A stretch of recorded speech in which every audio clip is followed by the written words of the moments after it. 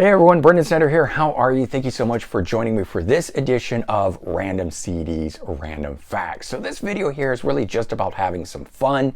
I simply have out on display 4,500 CDs of my 11,000 CD collection. So I thought it'd just be kind of fun to go around, blindfold myself, and randomly select some CDs and then discuss them with you. So that's what we're going to be doing here. Stick around for that. We'll do 5 or 6 different ones in different genres and different types and things like that. And we should have a lot of fun with it. But before we get started, of course, if you're new to my channel and this is the first time you're tuning in, if you could hit that subscribe button, I'd greatly appreciate it. Also, leaving comments and hitting like, all those things do help support my channel. So of course, I'd greatly appreciate that. And of course, if you turn on notifications, you're going to be reminded of cool videos just like this one here, Random CDs, Random Facts. Now, I want to reposition myself here, get up close to these CDs and things like that, and we'll move around my music room and so forth. So hang on just one second, we'll be right back. All right, so we got set up over here. This area here is my glam rock section. It's my favorite genre of all the stuff that I listen to. It's what I got started on. I grew up in the 80s, so of course I love that. But I did branch out from it, so it was a great stepping stone to branch out into other things, heavy metal, classic rock, alternative rock, and so forth. So I got a little bit of everything within this collection. But this here is the glam metal. So as I said, I'm simply going to blindfold myself and then reach out. And what do we get? Oh, this one is an excellent one. Electric Boys, the debut album. And out of all the ones I could have picked, it's actually interesting that my finger hit this one, and I'll explain that why in just one sec. Funko Metal Carpet Ride. You guys may remember the hit All Lips and Hips. If you don't remember that, go check that out. Electric Boys and their single All Lips and Hips. It's one of the best songs that came out of the glam metal movement. I think these guys are Swedish, and cool thing, Connie Bloom, the frontman and guitar player for the group, also served a stint in Hanoi Rocks. We had touched on a Michael Monroe album in one of the previous episodes, I think 2 episodes ago. So it's kind of cool, that connection. But I've got Hanoi Rocks over here as well. He played on their final 2 albums that they did. And just a great blues rock guitar player. Definitely worth checking out. But the reason I said it was kind of interesting that I hit that one because this is also their debut, both of them called Funko Metal Carpet Ride, but this was the European release and this was the American release. And this has a different mix and a few different tracks that didn't make it over to here. So if you love this album and only ever knew about this one, there is this one here that are both considered their debut. But they've got a bunch of other stuff as well, not counting those 2 that I just showed you. So some present day stuff. And this was the follow-up at the time. Also had a small hit with that album. And this one here, which I believe only came out in Europe, maybe in Japan. But they're back together. They're playing and touring and stuff like that. So a lot of cool stuff to check out from Electric Boys. But do check out the debut Funko Metal Carpet Ride. So good. All right, so I actually had so much fun with the last one there. I decided I wanted to stay in the glam metal section. So we're actually over in this part here. I just flipped the camera around. This is still the glam metal, but hey, heavy metal's right behind us. We're going to get to that one next after this. So let's just do another one of these here and see what we get. All right. Oh, you know, a lot of you guys mentioned this band to me. Rhino Bucket, self-titled debut album. I think their big hit was the song Shot Down. I could be wrong, but the whole thing is good. If you're looking for, you know, AC/DC sound-alike band, these guys are it here. And I think it was the song Shot Down. Again, I could be wrong. Whatever was the hit off of this, I remember at the time thinking that it was AC/DC and it was off of their album Thunderstruck, or sorry, The Razor's Edge. And in fact, it wasn't. It was this group Rhino Bucket, and that can be a good and a bad thing. When a band sounds too much like one, maybe you don't want it. But I got into the band because of that. It was great to just have more of that at that time. Of course, there's a lot of clones that sound like other bands and stuff like that. We got Kingdom Come that sounds like Led Zeppelin, and Rhino Bucket that sounds like AC/DC and so forth and so on. But I like this one. This one here is really good, and I also really enjoyed their follow-up album, Get Used to It. So both of these out on Reprise. They're still around. Actually, really cool thing. Here's a cool, fun fact, actual one that you guys may dig as we're moving into the heavy metal section. their guitar player is now producing Metallica, including the latest album. And that just kind of boggles my mind that the guitarist from Rhino Bucket is now sort of a big famous producer, having done the last album and then currently this one. So you want to know what that guy started off doing? Rhino Bucket. Very cool thing there. All right, we're going to move around now. And here we go. And as I said, this area here, as well as all of that, in fact, are all heavy metal stuff. So let's just dive right into it. All right, we got, oh, this one's a kind of rare under the ground one, Cities. A little hard to explain, kind of more on the hard rock side than metal side, but they veer into that. What was cool about this band, when not only was it the album cover that drew me to it and I wanted to check it out, but the drummer in here is AJ Pero from Twisted Sister. So for me, I oftentimes, I mean, if I find a very cool looking album of the era, kind of maybe hard to see the guys there, but you know, you look at that and you're like, that album just has to rock. And this was one of those. But when I flipped over the original, it was a vinyl that I had on this before getting it on CD, and saw that AJ Pero was part of the lineup, I was like, oh, I've got to check this out. And then the band actually sounded really cool. This is 1985-86. I don't know which year it came out. It's got those two dates on it.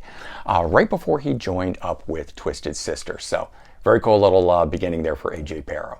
All right, we're going to move around now and head over to the rock section.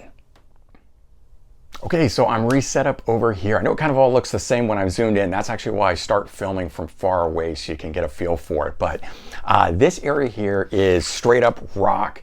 I generally think of it as classic rock, but that title doesn't really cover everything that appears. But anything that isn't part of the sort of that glam sound or heavy metal or alternative, I will put into this section here. So we got a lot of cool things in here. We've done some of the other sections before. I'm really trying to move into the different areas and so forth so that we don't duplicate things, because sometimes that has happened. So as you saw in one of the videos. All right, but we're gonna dive into this. All right, it's a Bon Jovi release and it's a live album, and I'm not a huge live album fan, but I gotta say I do dig this one here. But I think partly why, you know, people always ask why I don't like live albums, and usually it's crowd noise. And it's not, when the crowd noise can disappear into the background, I'm totally cool with it. That sort of low, you know, the roar, that's fine with me. It's when you got that idiot that whistles and shouts things out, or you hear talking in between the songs. Those are usually smaller club dates and things like that. So I don't particularly care for the club date live shows, but the big arena and festival type performances and stuff like that. So this one here is that. Of course, Bon Jovi, a huge band. They're always playing arenas and stadiums and stuff. And this is recorded all around the world at different places. And I find that I tend to like albums that are like that. And then as part of this, they did a re-recording of the song One Wild Night, new version of it. And that appears on here. And that was pretty cool. Not too much else to say about this one in terms of cool fun facts, but it is a nice album nonetheless. If you're a Bon Jovi fan and you don't have it, I do like this one. And to date, their only live album. All right, so I simply just rotated the camera around. We were over there in that part of it, and over here still all in rock stuff. So let's see what we can find. We got a Traffic release. Traffic release. Sounds like something you're trying to get out of, right? This is not their debut. I think there's an album before this, but Mr. Fantasy. It's just an absolute classic one. Steve Winwood, part of the lineup here. And Dave Mason. Dave Mason, who's really maybe more famous for his solo work, but he did go on and play with Fleetwood Mac.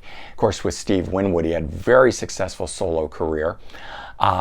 Steve Winwood was also part of Blind Faith. So Traffic, early Traffic, very cool. And Jim Capaldi, who had a very successful solo career as well. Jim Capaldi, the drummer. Steve Winwood was keyboardist and vocalist. Dave Mason was the guitar player. I'm currently on a big Dave Mason kick. So kind of interesting pulling out Traffic. Maybe my finger knew where it was going for that.